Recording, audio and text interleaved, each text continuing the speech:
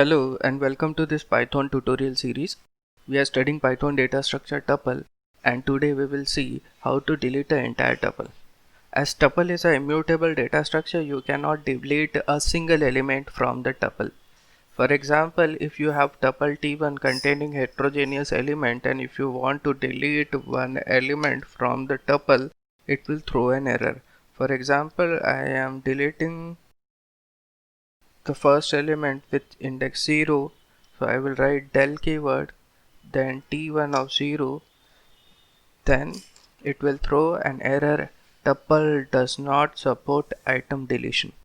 If I want to delete an entire tuple, I will write del keyword and the tuple name. In this case, deletion will happen successfully, and if I want to print the value of tuple now t1, it will throw an error because tuple has been deleted, therefore it cannot access tuple t1. Thank you. Thanks for watching.